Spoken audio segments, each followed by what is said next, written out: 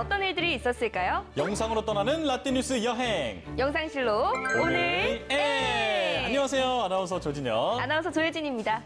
예진 씨 오늘도 만났네요. 그러니까요. 아니 가족보다 더 자주 보는 것 같아요. 아니, 실제로 가족보다 더 자주 보거든요. 그러니까요. 자, 그런데 제가 어제 퇴근길에 어린아이가 아빠와 함께 이 공원에서 자전거 연습하는 모습을 봤거든요.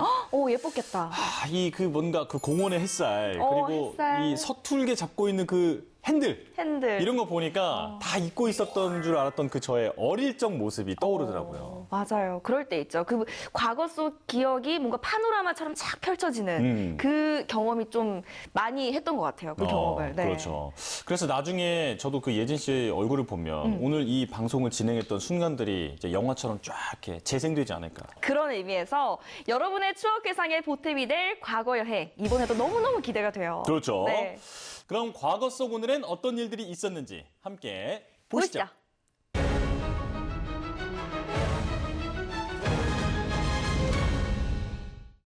1963년 6월 28일 제1차 전국 가족계획대회가 서울 남산 적십자사 강당에서 개막됐습니다. 이 대회는 대한가족계획협회 창립 2주년과 국제가족계획연맹 가입 1주년을 기념해 알맞게 낳고 잘 키우자라는 슬로건 아래 열렸는데요.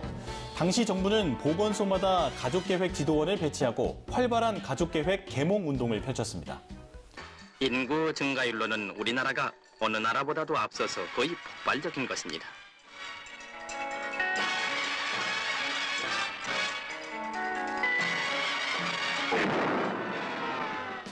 이때 당시에 지금이라면 아주 상상도 못할 아주 충격적인 표어들이 많았잖아요. 그렇죠. 덮어놓고 나타보면 거짓골 못 면한다. 이런 그렇죠. 것도 있었고 아들, 딸 구별 말고 둘만 다 잘 기르자 이런 것들. 또 뭐 그 당시에 실제로 하신 거 아니에요? 되게 잘하시네요. 1966년에 제작된 가족계획 홍보 영화에서는 3살 터울, 자녀 3명, 35 이전 출산이라는 3335 원칙을 말하기도 했습니다. 여러분, 알맞는 시기 22살에서 24살에 결혼해서 35살 안에 하길. 저도 24살을 넘기지 말아야겠어요. 1983년에는 우리나라 인구가 4천만 명을 돌파하면서 1986년부터는 많은 자녀를 낳으면 불이익을 주는 인구 억제 정책이 시행되기도 했는데요. 반면에 3자녀 이상의 가정에는 3번째 자녀가 출생할 때부터 주민세와 의료보험료를 추가 부담시킬 방침입니다.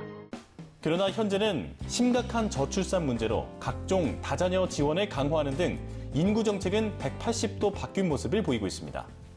그럼 이번엔 1894년으로 떠나보겠습니다.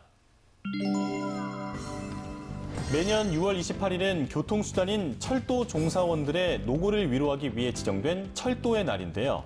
이 날은 한국 최초의 철도국인 의정부 공무나문 철도국이 음력 1894년 6월 28일에 창설된 것을 기념해 지정됐습니다. 근데 그 예전에는 철도의 날이 9월이었던 것 같은데 아닌가요? 잘 기억하시네요. 그러니까요. 철도의 날은 2017년까지 9월 18일이었어요. 근데 왜 바뀐 거죠?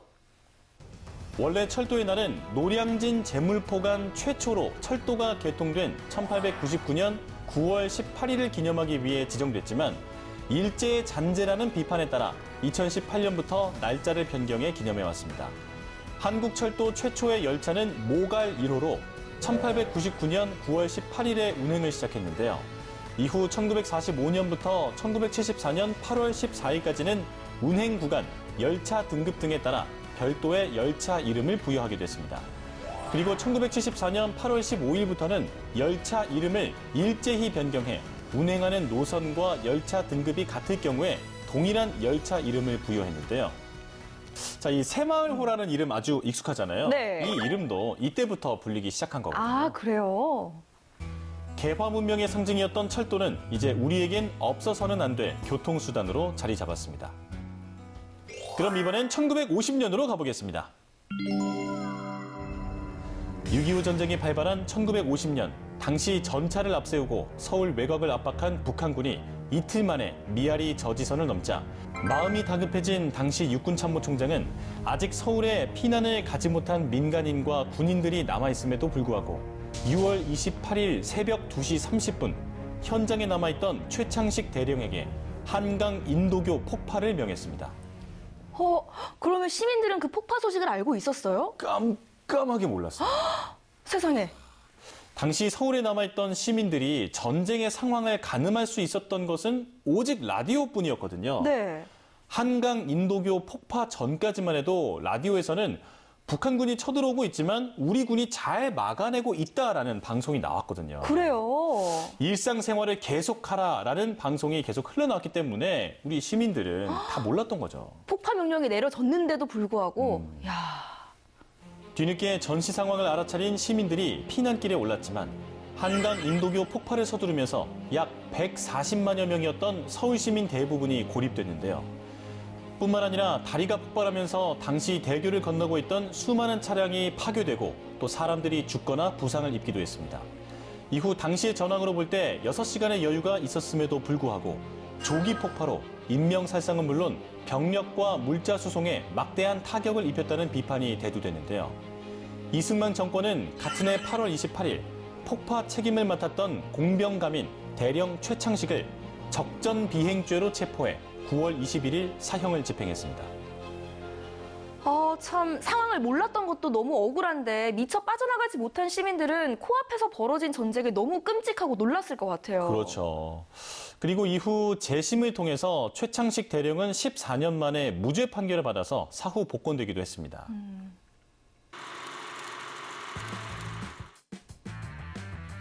그리고 6월 28일에 또 다른 역사를 살펴보면요. 2004년에는 이라크가 쿠르드어를 아랍어와 함께 공용어로 채택한 일도 있었습니다.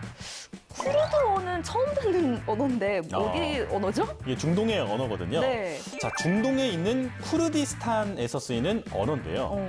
쿠르디스탄은 터키에서 이라크, 시리아에 걸친 그 넓은 산악지대라서 쿠르드족이 많이 살고 있는 터키 동남부 지역에서도 이 쿠르드어가 일상어로 위치가 확고한 편이라고 합니다. 저는 처음 들었지만 이미 여러 국가에서 걸쳐서 쓰던 언어네요. 그렇죠. 사실은 이 한국어보다 훨씬 더 넓은 영역에서 쓰이고 그러니까요. 있는 말인 네. 거죠. 그리고 1712년은 프랑스의 사상가 장자크 루소가 출생하기도 했습니다. 루소, 사회계약설, 물리 교과서에서 정말 많이 봤던 분이죠. 맞아요. 그렇죠. 자, 19세기의 대표적인 작가이자 계몽 사상가 중에 한 사람이죠. 자, 그리고 1577년에는 또 다른 역사적 인물이 태어나기도 했습니다. 바로 바로크를 대표하는 벨기에 화가 루벤스인데요. 루벤스. 플란더스에게 만화 속에서 주인공 네로가 보고 싶어 했던 작품이 이 루벤스의 작품이었잖아요. 이야, 나 그것까진 몰랐던 것 같은데. 공부 열심히 하고 온다고요. 사실 저도 알았어요. 알았어요? 그럼요. 네. 자, 오늘도 이렇게 열심히 과거 여행을 떠나봤는데요. 여러분은 어떠셨나요? 영상실록으로 만나본 오늘의 과거. 그럼 다음 시간 더 알찬 이야기로 만나요.